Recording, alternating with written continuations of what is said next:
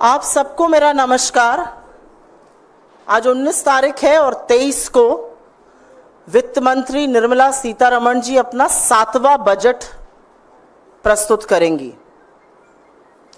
और जैसा कि अमूमन होता है, इस बजट को बनाने से पहले वह उद्योगपतियों से, इंडस्ट्रियल लॉबीज से, कुछ किसानों के संगठनों से और अन्य ऐसे तमाम इकोनॉमिस्ट से, बैंकर्स से मिलकर उन्होंने विचार विमर्श किया है। लेकिन क्या वो इस देश के आम आदमी से मिली हैं? क्या वो उन परिवारों से मिली हैं, आधे इस देश के लगभग वो परिवार जो दिन की 3 वक्त की रोटी नहीं खा पा रहे हैं? क्या वो उन महिलाओं से मिली हैं जो महंगाई का सबसे ज्यादा दंश झेल रही हैं? क्या वो उन किसानों से मिली हैं जो अपनी उपज का सही दाम मिल जाए इसके लिए संघर्षरत हैं? क्या वो इन युवाओं से मिली हैं जो बेरोजगारी का दर्द झेल रहे हैं, जो पेपर लीक होने पर प्रताड़ित हो रहे हैं? सवाल और लब्बो लबाब एक है कि क्या वो असल हिंदुस्तान से मिली हैं? और यह स्पष्ट है कि वो उनसे नहीं मिली हैं। और यह भी स्पष्ट है कि बजट हर बार की तरह चंद पूंजीपतियों को और अमीर बनाने के लिए और मोनोपोलीज क्रिएट करने के लिए बनाया जा रहा है। तो क्योंकि वो 60, 70, 75% इस देश से नहीं मिली हैं और इन्हीं लोगों की समस्याओं का समाधान करना बजट का काम होता है, तो कुछ असलियतें हैं जिनसे मोदी सरकार को, जिनसे वित्त मंत्री को अवगत करा देना चाहिए। एक छोटी सी कहानी है, एक छोटा सा वाक्या है, एक छोटा सा असलियत है इस देश की, जो हर कोने की असलियत है, जो बयां करती है, उसी को कहकर शुरू करती हूं। मार्च 2024 उत्तर प्रदेश के झांसी के रहने वाले किसान पुष्पेंद्र, छोटा सा उनका खेत था जो अमूमन किसानों का होता है। वहां पर मटर और गेहूं लगाते थे। हर किसान की तरह लगातार वो भी नुकसान झेल रहे थे और हर किसान की तरह उनकी आमदनी घट रही थी, उनका खर्चा बढ़ रहा था, क्योंकि खेती के उपक्रम पर जीएसटी है, डीजल महंगा है, खाद महंगी है, कीटनाशक महंगा है। तो उनके ऊपर करीब 1,04,000 का लोन हो गया। वो ये ऋण चुका नहीं पाए और उन्होंने अंत में थक हार कर आर्थिक तंगी के चलते आत्महत्या कर ली।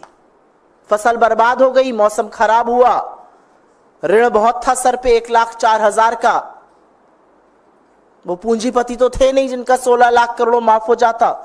तो उन्होंने थक हार करके आत्महत्या कर ली। लेकिन इनके बारे में शायद वित्त मंत्री को, इनके बारे में शायद मोदी जी को, इनके बारे में सरकार को शायद पता ही नहीं है, तो बजट इनके लिए बनेगा ही नहीं। इस देश के 48% परिवार कहीं ना कहीं आर्थिक तंगी का सामना कर रहे हैं। ये मेरे आंकड़े नहीं है, ये लोकल सर्कल्स का आंकड़ा है, व्यापक सर्वे उन्होंने किया है। आय पहले की अपेक्षा में कम हुई है। लोग बचत का सहारा, जो पहले की बचत थी उसका सहारा लेके जीवन यापन कर रहे हैं। खर्च कम होने का नाम नहीं ले रहा और आज देश की हालत आमदनी 98 और खर्चा रुपया हो गया है। रोटी महंगी है, कपड़ा महंगा है, शिक्षा महंगी है, बिजली महंगी है, ट्रांसपोर्ट महंगा है। ये खर्च बढ़ते चले जा रहे हैं और विवश है परिवार अपनी भविष्य की जमा पूंजी को खर्चने के लिए।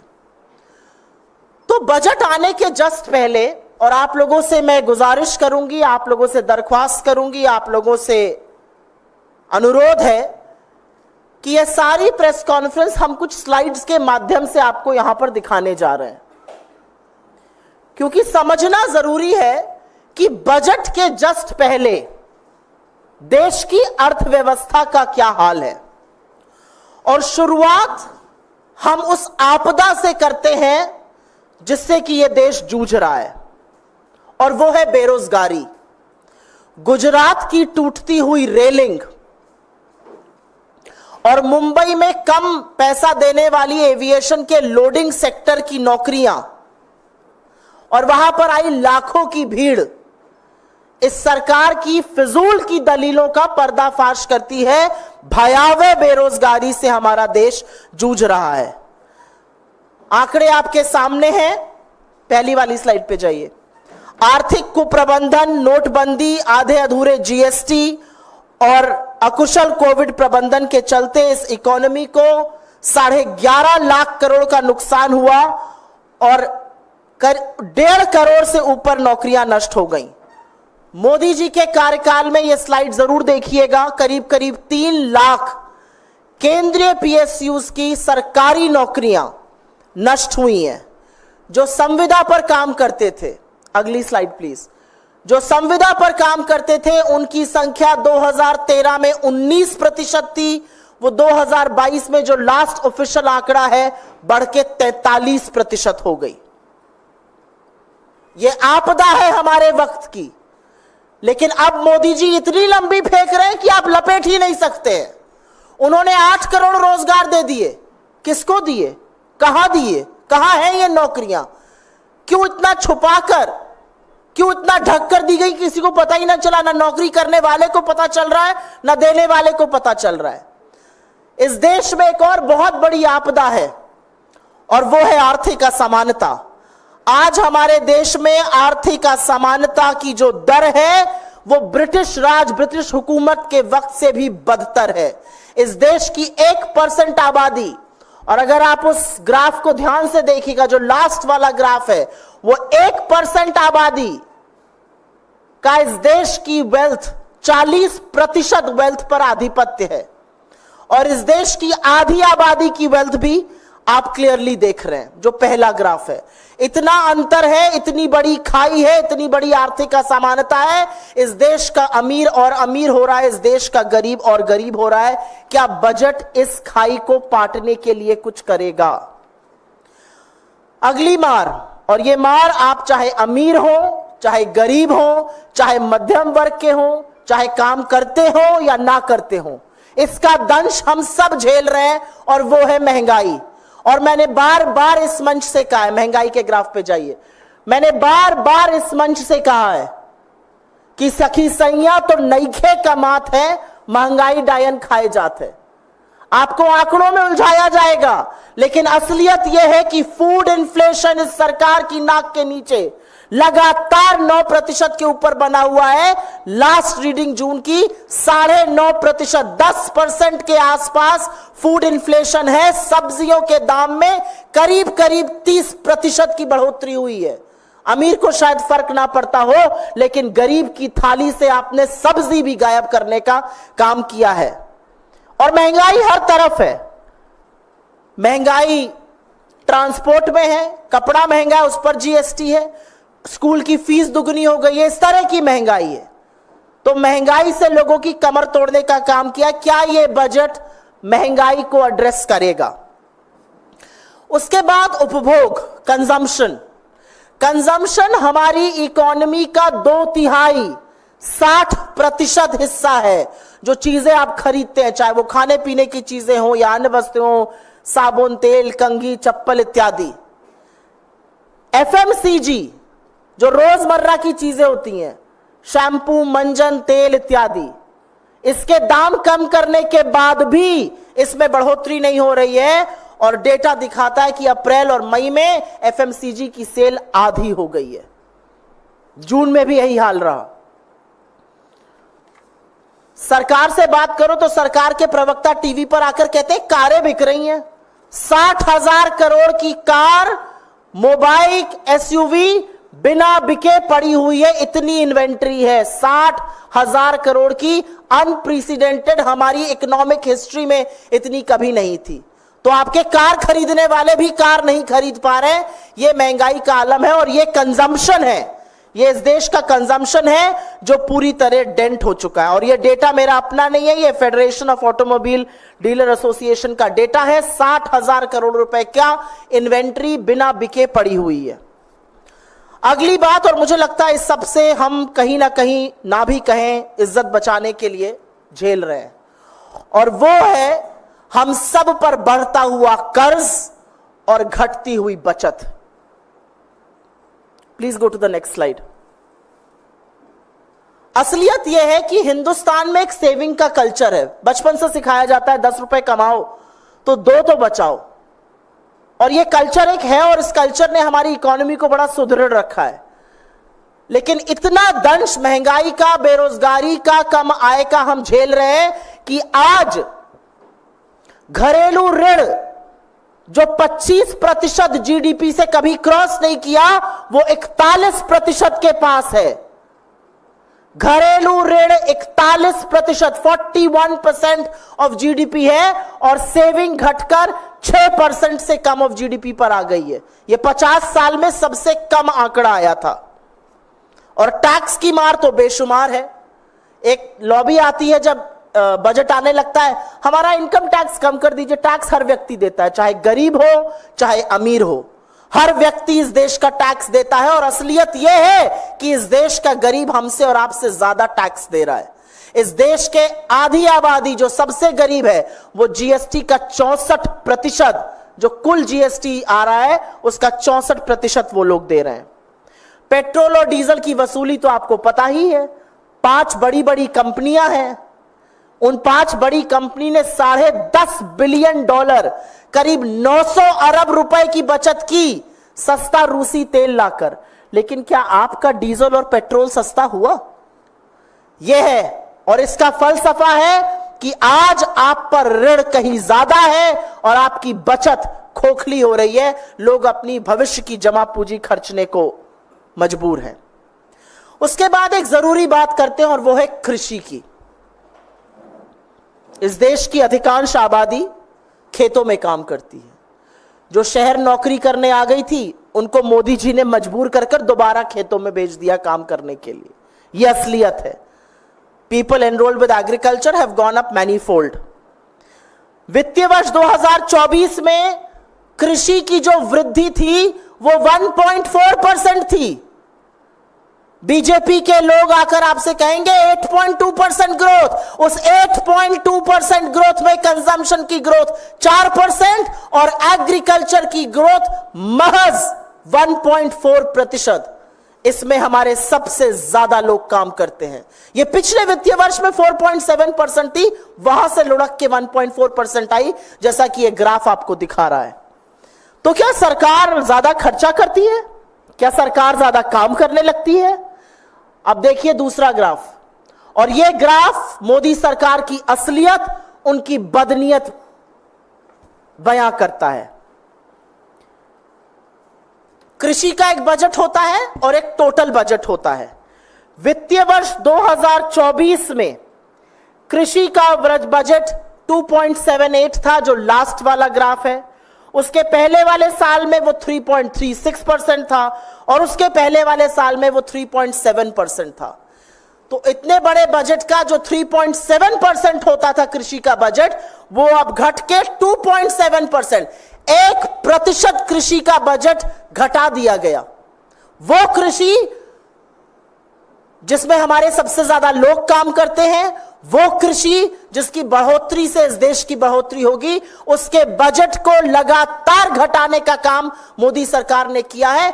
3 साल का आंकड़ा आपके सामने है। 3.7% से घटाकर 2.7% कर दिया गया है। अब बात करते हैं जो गुलाबी अखबार आपसे बताते हैं इन्वेस्टमेंट की। Investment is an act of faith. आपसे कोई कहेगा मेरी कंपनी में पैसा लगा दीजिए, तो आप कंपनी के क्रेडेंशियल्स देखिएगा, कैसे लोग हैं, कैसा धंधा है, आगे चल के कैसे वो बढ़ सकता है, इत्यादि इत्यादि। बड़ी बड़ी बातें मोदी जी करते हैं, उनसे बड़ा ढोंग और उनसे बड़ा ढोल इंडस्ट्री वाले पीटते हैं। लेकिन असलियत यह है कि they are not willing to put money where their mouth is. Sluggish investment पूरी तरह से कुंद है, इन्वेस्टमेंट पूरी तरह से मंदा है, सुस्त है। और अगर ग्रॉस फिक्स्ड कैपिटल फॉर्मेशन जो एक मानक होता है इन्वेस्टमेंट का देखा जाए, तो यूपीए के टाइम पर यह जीडीपी का 30% होता था, आज 20 से 25% के बीच में अटका हुआ है। तो ये सब लोग जो मोदी जी की इतनी तारीफ करते हैं टीवी पर आकर, इंडियन इंडस्ट्री वाले, वाजी वाजी क्या बढ़िया कमाल कर दिया, इन्वेस्ट क्यों नहीं कर रहे हैं? क्योंकि उनको इस सरकार की नीतियों पर भरोसा नहीं है, क्योंकि वो ईडी सीबीआई इनकम टैक्स के रेड से तंग आ चुके हैं। क्योंकि वो ये जानते हैं कि सरकार निवेश बढ़ाने के लिए, उपभोग बढ़ाने के लिए, आय बढ़ाने के लिए कोई काम नहीं कर रही है। और कोई भी पूंजीपति इन्वेस्ट तब करता है जब उसका रिटर्न ऑन इन्वेस्टमेंट अच्छा होता है। अगर देश खरीद ही नहीं रहा है चीजें, तो लोग बनाएंगे क्यों? और जितनी चीजें कम बनेंगी उतना इन्वेस्टमेंट कम होगा, उतनी नौकरियां कम बनेंगी। ये कुचक्र है, इसलिए इन्वेस्टमेंट नहीं हो रहा है। जब इन्वेस्टमेंट की बात करो तो बीजेपी वाले बड़ा सीना ठोक कर बोलते हैं रिकॉर्ड एफडीआई आ रहा है। उसकी भी असलियत देख लीजिए। ये जो रिकॉर्ड एफडीआई है, ये वित्तीय वर्ष 2021 में करीब करीब $60 बिलियन था। ये पिछले वर्ष 5 साल में घटकर $44 बिलियन रह गया है। तो ये भी फर्जीवाड़ा। और इसका सच ये है, ना इंडियन इंडस्ट्री इन्वेस्ट कर रही है, ना ग्लोबल इन्वेस्टर्स आपकी बात मानने को तैयार हैं। जो $60 बिलियन इन्वेस्टमेंट 5 साल पहले आया था, 5 साल बाद वो $44 बिलियन रह गया है। और असलियत यह है कि बहुत सारी ऐसी वैश्विक कंपनियां हैं जिन्होंने चीन से अपना इन्वेस्टमेंट विड्रॉ किया और वो नए मार्केट खोज रहे थे। और वो नया मार्केट हम थे। हमसे बेहतर कौन हो सकता था? हमारे पास डेमोग्राफिक डिविडेंड था, हमारे पास एक डेमोक्रेसी है, हमारे यहां कानून की एक व्यवस्था मानी जाती है, हमारे यहां जुडिशियल प्रोसेसेस है। लेकिन ऐसा होता दिख नहीं रहा है, क्योंकि चाइना से निकला इन्वेस्टमेंट वियतनाम गया, इंडोनेशिया गया, बांग्लादेश गया, वो हिंदुस्तान नहीं आया। हमारे यहां मैन्युफैक्चरिंग नहीं बढ़ी, हम एक्सपोर्ट हब नहीं बन पाए, क्योंकि सरकार की नी जर्क रिएक्शन से, इनके उन्माद फैलाने से, इनके वैमनस्य फैलाने से, इनके नफरत फैलाने से, इनकी निरंकुश शासन और पुलिस से इन्वेस्टर्स ने अपना मुंह मोड़ लिया है। 5 साल में $60 बिलियन की एफडीआई घटकर $44 बिलियन हो गई है। और जो एफडीआई चीन से आ सकती थी वो भी नहीं आ रही है। लेकिन असलियत तो अभी बाकी है। और असलियत आपको दिखेगी व्यापार के असंतुलित होने में। Trade imbalance. इंडिया के जो टॉप 10 ट्रेडिंग पार्टनर्स हैं, हमारा देशों के साथ ट्रेड होता है, अमेरिका के साथ है, चीन के साथ है, रशिया के साथ है। हमारे जो टॉप 10 ट्रेडिंग पार्टनर्स हैं, उसमें से 9 के साथ हमारा ट्रेड इंबैलेंस है, ट्रेड डेफिसिट है। इसका मतलब है कि हम उनसे इंपोर्ट ज्यादा कर रहे हैं, आयात ज्यादा कर रहे हैं, उनको निर्यात कम कर रहे हैं। हम उनसे सामान खरीद ज्यादा रहे, उनको बेच कम रहे, इसलिए ट्रेड डेफिसिट है। हम उनकी इकोनॉमी चला रहे हैं, लेकिन वो हमारा कैपिटल ड्रेन कर रहे हैं। और आपको पता है कि हमारा सबसे बड़ा ट्रेडिंग पार्टनर कौन है? हमारा सबसे बड़ा ट्रेडिंग पार्टनर मोदी जी का परम प्रगाढ़ मित्र चीन है। वो मोदी जी जो कहते हैं कोई घुसा हुआ नहीं है, उन्होंने चीन को हमारा नंबर 1 ट्रेडिंग पार्टनर बनाया हुआ है। चीन के साथ हमारा ट्रेड डेफिसिट $80 बिलियन से भी ज्यादा है। तो चीन जो लद्दाख में धृष्टता करता है, उसकी सेना को पैसा हम दे रहे हैं। चीन के साथ आंख में धूल झोंकने के लिए कुछ ऐप बैन कर दिए गए, टिकटॉक वगैरह। और चीन को लगातार अपना सबसे बड़ा ट्रेडिंग पार्टनर बनाने का काम नरेंद्र मोदी की सरकार ने किया है। चीन के साथ हमारा ट्रेड करीब करीब $118 बिलियन है, जिसमें से कि डेफिसिट $80 बिलियन का है। हम उनसे आयात ज्यादा करते हैं, उनको निर्यात बहुत मामूली संख्या में कर पा रहे हैं। इसके बाद बात करते हैं रुपए की। आपको याद है ना, गुजरात के मुख्यमंत्री नरेंद्र मोदी क्या कहते थे? जैसे जैसे रुपया गिरता है, वैसे वैसे प्रधानमंत्री की साख गिरती है। 58 पर रुपया दिया गया था 2014 में, आज रुपया 84 के पार है। और मुझे कभी कभी यह शंका होती है कि नरेंद्र मोदी रुपए से भी शतक लगवाना चाहते हैं, जैसे पेट्रोल से लगवाया। हो सकता है किसी ने उनको समझा दिया हो कि 1 सेंचुरी यहां भी लगवा दीजिए। महामानव है, नॉन बायोलॉजिकल है, समझ में आ गया होगा। 84 के पास रुपया है, 58 पर दिया गया था। सबसे पहले तो यह पूछना चाहिए कि भाई प्रधानमंत्री की साख कितनी गिर गई। अब वो 2-3 चीजें जिससे हमारा, ये कुछ इकोनॉमिक चीजें हैं तो बहुत सारे लोगों को लगता है इससे हमारा क्या लेना देना। इन सब चीजों से हमारा लेना देना है। इन्हीं के चलते महंगाई बढ़ती है, इन्हीं के चलते आर्थिक असमानता बढ़ती है, इन्हीं के चलते निवेश कम होता है, इन्हीं के चलते उपभोग कम होता है। लेकिन अब कुछ मूल वो चीजें जो कि आप सुनकर चौंक जाएंगे और जिस पर लगातार झूठ बोला जाता है। आपको क्या लगता है हिंदुस्तान को सबसे ज्यादा खर्च अपनी किन चीजों पे करना चाहिए? मेरा मानना है शिक्षा पर। हम दुनिया के सबसे युवा राष्ट्र हैं, हमारी 60% आबादी 35 वर्ष से आयु में कम है, हम डेमोग्राफिक डिविडेंड की बात करते थकते नहीं हैं, लेकिन हम अपने एजुकेशन बजट को 7% इस साल काट देते हैं। हम यूनिवर्सिटी ग्रांट्स कमीशन जो हायर एजुकेशन का बजट है उसको 61% काट देते हैं। ऐसा पहले कभी नहीं हुआ है। न पढ़ेगा इंडिया न पूछेगा इंडिया। ज्यादा पढ़ लिख लेंगे लोग वही तो सवाल करेंगे, ज्यादा पढ़ लिख लेंगे लोग तो उन्हीं को तो समझ में आएगा कि कैसे ये सरकार हमारा मूर्ख बना रही है। तो ना रहेगा बांस ना बजेगी बांसुरी, पढ़ाओ ही मत लोगों को। 7% बजट एजुकेशन का इससे पहले किसी सरकार ने नहीं काटा है। और एक आंकड़ा आपकी जानकारी के लिए बता दूं, as a percentage of the overall budget, education budget को निरंतर घटाने का काम पिछले 10 साल में किया है। यूपीए की सरकार करीब करीब 0.6% आवंटित करती थी, इन्होंने घटाकर 0.4% कर दिया है। कहां इसको 6% ले जाने की बात करते थे। स्वास्थ्य, ये ग्राफ अपने आप में बहुत कुछ बयां कर रहा है, वो फोटो भी बहुत सारी चीजें दिखा रही है। अभी अस्पताल चले जाइए तो जीएसटी देना पड़ेगा अगर स्वास्थ्य खराब हो जाए, दवाइयों पर भी जीएसटी है। लेकिन हेल्थ पर एक्सपेंडिचर लगातार कम हुआ है। पिछले 5 सालों में टोटल बजट का हेल्थ पर एक्सपेंडिचर 2.4% से घटकर 1.9% हो गया है। 2.4% 5 साल पहले हम टोटल बजट का स्वास्थ्य पे खर्चा करते थे, अब 1.9 करते हैं। और आप सब जानते हैं कि 2023 में हमारे देश के 16 लाख ऐसे बच्चे हैं जिनको एक भी टीका नहीं लगा है। बच्चे के जन्म से उसके 1 साल की उम्र तक बच्चे को 9 से 10 टीके लगते हैं। डिप्थीरिया का, टेटनस का, चेचक का, हेपेटाइटिस का, पोलियो का। और इन्हीं के चलते हम पोलियो से मुक्त हो पाए, इन्हीं के चलते हम चेचक से मुक्त हो पाए। लेकिन इस सरकार ने वो कर दिखाया जो पहले किसी ने नहीं किया था। 16 लाख हमारे बच्चे ऐसे हैं, 2.5 करोड़ बच्चे हिंदुस्तान में हर साल पैदा होते हैं, 16 लाख बच्चों को एक भी टीका नहीं लगा है। तो हम क्यों ना ये भय और आशंका लेकर चले कि क्या पोलियो और चेचक जैसी बीमारी दोबारा से लौट सकती है? इसका जिम्मेदार कौन है?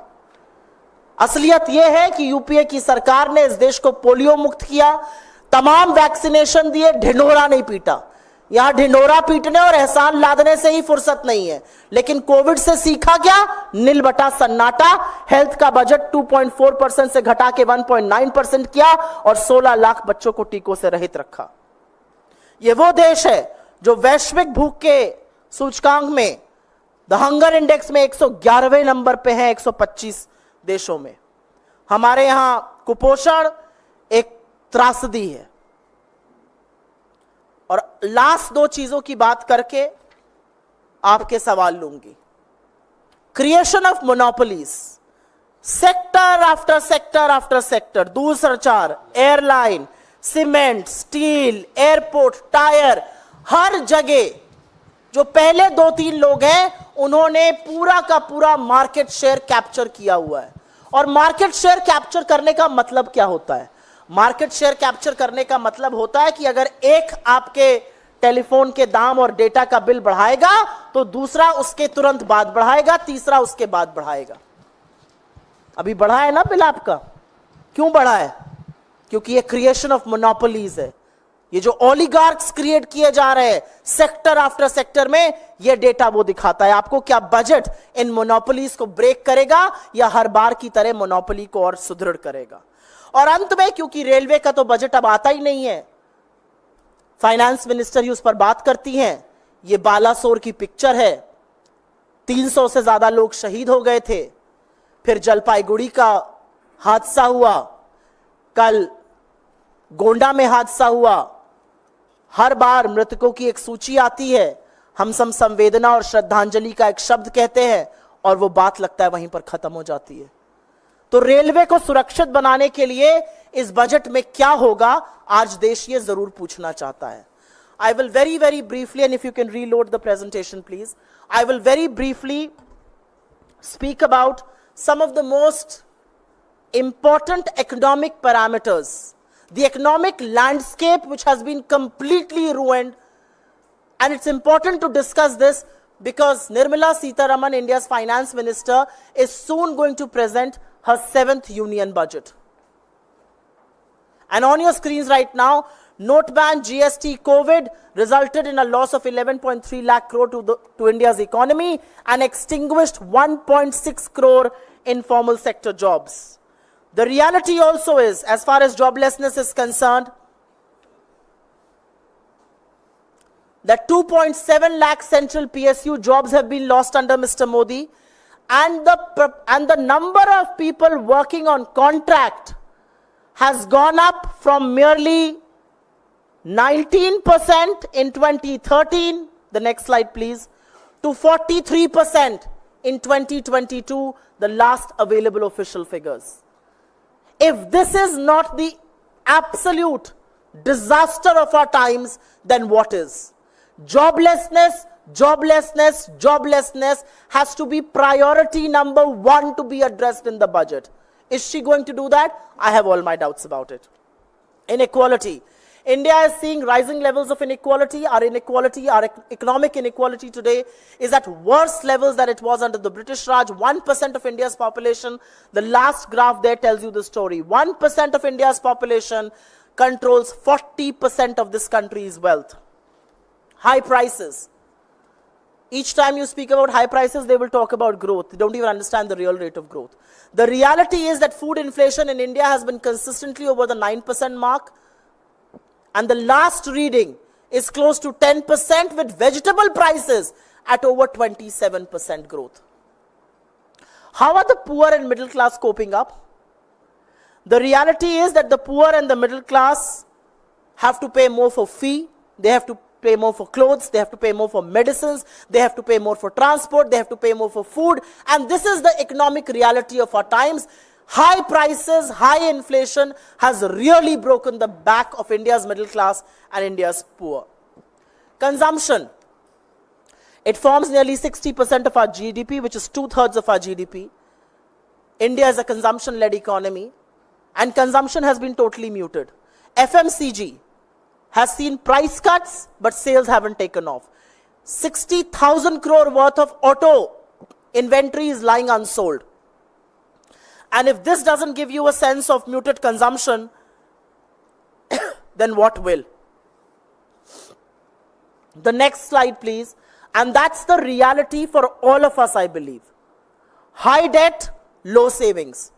We are forced to draw into the savings of our future because of unemployment, because of low wages, because of high prices. Our incomes haven't kept up, but our expenses have gone up. So India, which is traditionally a savings country, has seen savings plummet to a 50-year low, but have seen debt, household debt as a percentage of the GDP rise to nearly 41%. The reality also is that we have never been as steeply taxed as we are today. 50%, the bottom 50% of this country pays 64% of GST collected. The reality also is that 5 big refiners in India made a profit of $10.5 billion on account of cheap Russian fuel. Did your petrol and diesel bill go down is the big question, to which the answer is a big no. Please go to agriculture. Our mainstay, something that most of our population is involved with.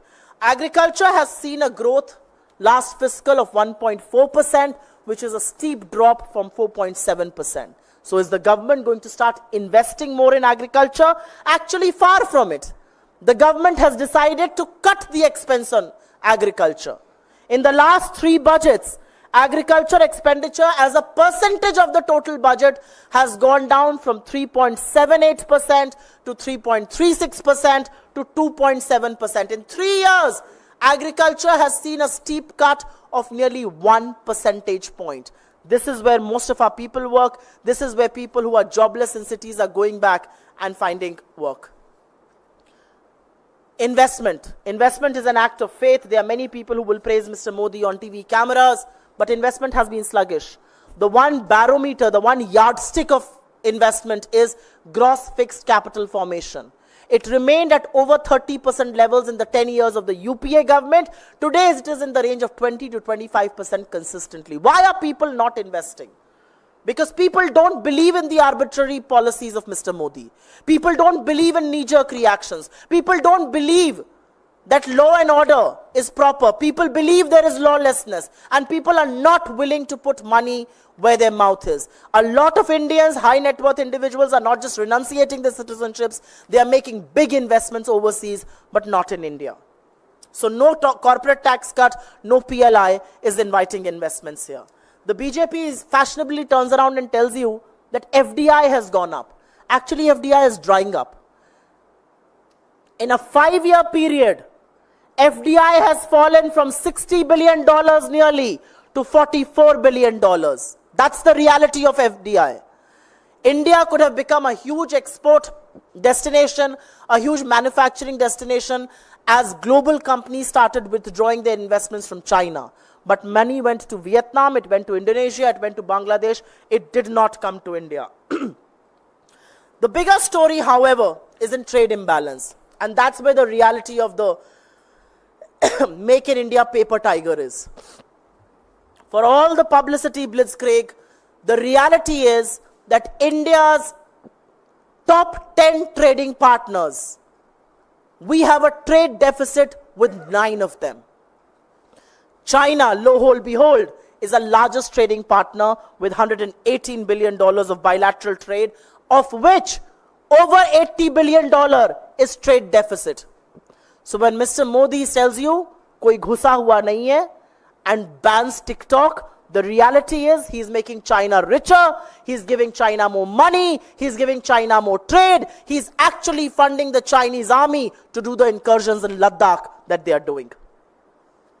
Let's talk about the Indian rupee, because someone very famously said that the value of the rupee and the Prime Minister's dignity are intrinsically linked. Mr. Modi inherited rupee at 58 to $1. It is at 84 to $1 today. No amount of effort, no amount of money being thrown in by the RBI has been able to arrest the fall of the rupee. But we know what the finance minister will say. The finance minister will say, rupiya kamzor nahi hua hai, dollar mazboot hua hai. 2-3 last things. Education. For a developing economy like India, for a young economy like India, we should be spending 4, 5, 6% of our total budget on agriculture. But guess what? For this financial year, education budget has been slashed by 7%. And the University Grants Commission that directly looks at higher education, that allocation has been slashed by 61%. Na padhega India, na puchega India. Expenses on health. We must have learned a few lessons from COVID, but it certainly seems we have not. Because investment in health as a percentage of the total budget in the last 5 years has shrunk from 2.4% to 1.9%. And in the year 2023, India failed to vaccinate 16 lakh of our children. 0-dose children. Children are typically given 9 to 10 vaccines in the age group of being born to 1 year. They'd received 0 dosage. So imagine the possibility of a polio or a smallpox that has been eradicated coming back, and it's squarely, the blame squarely lies on the Narendra Modi government. What they have, however, successfully done is created monopolies. Sector after sector, steel, cement, telecom, airlines, aviation, tires, one sector after the other has seen monopolies built. This budget, my apprehension is, will see more monopolies being built. And last but not the least, this is a picture from Balasore in Orissa last year.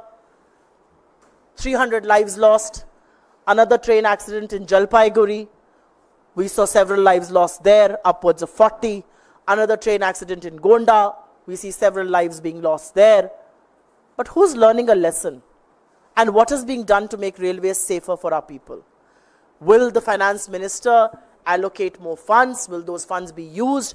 Will those funds not be used to buy foot massages and crockery for Indian Railways and be used to protect our citizens? That's the economic landscape. ये आर्थिक पृष्ठभूमि है budget के पहले. कुछ चीजें बड़ी भयावह लगती हैं, लेकिन सच कड़वा होता है, सच भयावह होता है, और सच को सुनने का मादा चाहिए. लेकिन सच सुनाने पे आपको पकौड़ा तलने की हिदायत, लहसुन प्याज ना खाने की बात, रुपया कमजोर नहीं डॉलर मजबूत हुआ है जैसे शब्द सुनाई देंगे. और मुझे ऐसा लगता है कि इस सरकार का आम जनता से, युवाओं से, महिलाओं से, गरीबों से, किसानों से, मध्यम वर्ग से कोई सरोकार ही नहीं है, और इसीलिए इस तरह की चीजें हो रही हैं. आपके सवालों का स्वागत है. पहले मैं सवाल सिर्फ और सिर्फ इन आर्थिक आंकड़ों पे लूंगी.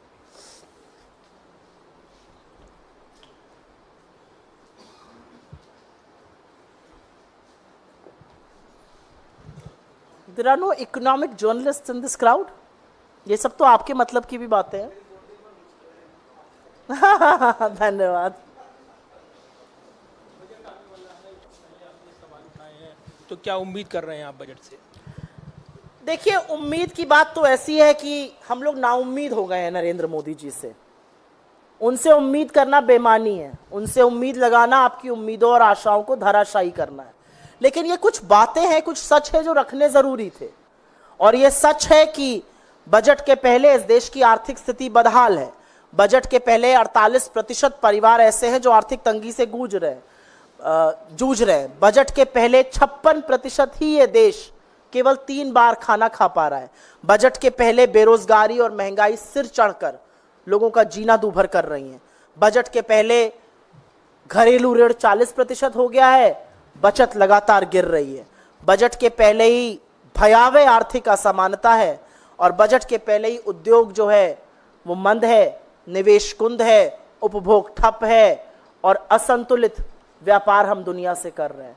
तो मेरा अपना मानना है, अगर स्तंभ आप मुझसे पूछिए इस बजट के क्या होने चाहिए, बेरोजगारी को दूर करना और आर्थिक असमानता की इस खाई को पाटना, अगर ये 2 चीजें बजट नहीं करता है तो ये बजट हर मोर्चे पर अपने पहले जैसे बजटों की तरह विफल रहेगा.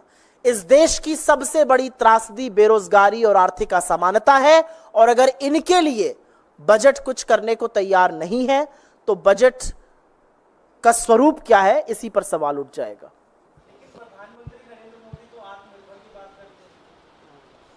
40% ऋण लेकर बड़े आत्मनिर्भर हो गया देश. ये घरेलू ऋण की, और ये मेरा डेटा एक भी नहीं है, ये सब सरकारी डेटे हैं. ये आंकड़े सुप्रिया श्रीनेत ने या कांग्रेस पार्टी ने घर पे बैठ के नहीं बनाए. ये सारे सरकारी आंकड़े हैं, सारे रिसर्च आंकड़े हैं, सारे वो आंकड़े जो रिसर्च एजेंसीज कोट करती हैं हमारी रेटिंग्स के लिए, हमारे ग्रोथ एस्टिमेट्स के लिए, इत्यादि इत्यादि. तो जिसको आप आत्मनिर्भर क्या बना रहे हैं, आत्मनिर्भर बनाने का ज्ञान दे तो रहे हैं उनके मंत्री मध्य प्रदेश में, कह तो रहे डिग्री विग्री छोड़ो, पंक्चर की दुकान बनाओ, उसी से जीवन यापन होगा. यह आत्मनिर्भर का ज्ञान है. अपने बच्चों को बॉस्टन और न्यूयॉर्क में पढ़ाइएगा, और देश के बच्चों को कहिएगा पंक्चर की दुकान खोल लो, देश के बच्चों को कहिएगा पकौड़े तल लो, देश के लोगों को कहिएगा मैं लहसुन प्याज ही नहीं खाती, अब शायद टमाटर भी नहीं खाती होंगी, 140 रुपए किलो मिल रहा है. सुन रहे हैं? तो मेरा अपना मानना है ये सब स्लोगनबाजी है. आत्मनिर्भर बन गया इंडिया. क्या आत्मनिर्भर बन गए हम? 40% लोग जो हैं, 40% जीडीपी का ऋण घरेलू है. कहां से आत्मनिर्भर बने हम? कहां नौकरियां? मोदी जी ने एक दिन आके बोल दिया 8 करोड़ रोजगार बने. अरे भाई, छुपाकर बनाए थे क्या? पता नहीं चले कहां किसको दे दिए गए? 50-50 हजार जो रोजगार थे वो तो खड़े होकर खुद उसके प्रशस्ति पत्र बांट रहे थे, और ये 8 करोड़ बता दिए, पता ही नहीं चले लोगों को. जी, इस पे और कोई सवाल? जी, मेरा सवाल कांवड़ यात्रा को लेकर है. जिस तरह से कांवड़ यात्रा को लेकर विवाद चल रहा है, जो नाम लिखने पड़ रहे हैं सबको कहा जा रहा है, अब खाली उत्तर प्रदेश नहीं, उत्तराखंड सरकार ने भी ये निर्देश जारी कर दिया है कि उत्तराखंड में जहां हरिद्वार तक यात्रा जाती है वहां भी दुकानदारों को अपने दुकान के आगे अपने नाम लिखने पड़ेंगे, किस धर्म से हैं, और पूरा नाम लिखना होगा. इसको लेकर आप क्या कहने? और नाम में अगर गुड्डू, बबलू, मैं इसमें ऐड कर दूंगा. सीएमओ ने आज ये किया है कि पूरे स्टेट में ये लागू होगी. उत्तर प्रदेश के सीएमओ ने, पहले एक शहर में था सिर्फ कांवड़ यात्रा के लिए. जब भी बैठे बिठाए कोई काम ना हो तो उसमें कैसे नफरत का छौंक लगाना है, यह आपको बीजेपी की आदत बनती दिखाई देगी। कांवड़िया यात्रा करने जा रहे थे, क्या करते? जल लाते, अर्पित करते, शिव भक्त हैं। ये ना हिंदू धर्म को समझते हैं, ना शिव जी की विराटता को समझते हैं। इन्होंने कहा तख्ती लगा दो, तख्ती पर बबलू लिखा रहेगा तो क्या करिएगा? खरीदिएगा कि नहीं खरीदिएगा? तख्ती पर गुड्डू लिखा रहेगा तो क्या करिएगा? मुन्ना लिखा रहेगा तो क्या करिएगा? क्या क्या तमाशे करते हैं ये लोग। मतलब कभी तो जोड़ने की बात करो, कितना तोड़ेंगे? इस देश ने आपकी इसी राजनीति को नकार कर 63 कम करके आपको बैसाखियों का सहारा दे दिया है। और मैं कुछ बोलूं इससे पहले इनके खुद के घटक दल क्या कह रहे हैं वो सुन लीजिए। आरजेडी से लेकर आरएलडी तक सब इसका विरोध कर रहे हैं और कह रहे हैं ऐसा कानून वापस होना चाहिए। हम क्या समाज बनाने जा रहे हैं? भगवान ना करे अगर एक्सीडेंट हो जाए और डॉक्टर वहां पर मुसलमान हो तो इलाज कराइएगा कि नहीं कराइएगा? खून अगर मुसलमान से लेना पड़े एक ही व्यक्ति हो तो लीजिएगा कि नहीं लीजिएगा, या मर जाइएगा? मतलब हम क्या समाज बना रहे हैं? हम किन चीजों में पढ़ रहे हैं? इन चीजों में इसलिए पढ़ रहे हैं जिससे कि आप इस भयावह इकोनॉमिक त्रासदी की, भयावह बेरोजगारी की, भयावह महंगाई की, आर्थिक असमानता की, बढ़ते हुए ऋण की, घटती हुई आय की, खत्म होती खोखली होती बचत की बात मत करिए। इसी में उलझे रहिए। कौन तख्ती लगा रहा है कौन नहीं लगा रहा है ये मत पूछिए कि मेरे बच्चों का एजुकेशन बजट आपकी हिम्मत कैसे हुई 7% काटने की। इसी में उलझे रहिए, कौन तख्ती लगाएगा कौन नहीं लगाएगा। अरे सेब अब्दुल बेचे या अनिल बेचे, सेब मीठा होना चाहिए, इसमें कौन सी बड़ी बात है। और मैं एक बात और आपको बता दूं, ये थोड़ी मेरे लिए निजी बात है। ये जाहिल वही लोग हैं जो अयोध्या हारने पर हिंदुओं का बहिष्कार करने की वकालत कर रहे थे, जो कहते थे अयोध्या जाओ तो अपना पानी लेके जाओ, अपना खाना लेके जाओ, अपनी पूजा की सामग्री लेके जाओ। ये हिंदुओं का भी बहिष्कार करते हैं। ये किसी के सगे नहीं है, ये सिर्फ अपनी गंदी राजनीति की रोटियां सेकने का काम करते हैं। ऐसे नफरती चिंटुओं से बचना चाहिए। लेकिन असलियत यह है कि नफरत फैलाने के अलावा बीजेपी को दूसरा कोई काम नहीं आता है, लेकिन लोगों ने इसको नकार दिया है। जी मांग की जा रही है उनके राज्यों के लिए, उसे लेकर आप क्या? बीजेपी के घटक दल हैं जेडीयू और टीडीपी, और अगर वो स्पेशल इकोनॉमिक पैकेज की बात कर रहे हैं तो देखिए क्या होता है। मोदी जी कितना उनको खुश करने के लिए क्या क्या करते हैं। एक अकेला तो बैसाखियों का सहारा लेना पड़ रहा है बेचारे को। अब वो एक अकेला तो रहे नहीं, अब तो हाँ जी जी हाँ जी हुजूर कैसे हैं, सुबह शाम गुड मॉर्निंग, रात को गुड नाइट करनी पड़ रही है, तो बिल्कुल पैसा देना पड़ेगा। नहीं देंगे तो ये घटक दल आंखें तरेरेंगे। ऐसे थोड़ी जेडीयू मुझे बोलना चाहिए था, आरएलडी और जेडीयू ने इनसे मांग की है कि ये तख्ती वक्ती के नाम हटाए जाएं। ऐसे थोड़ी बोल रहे हैं वो लोग। जी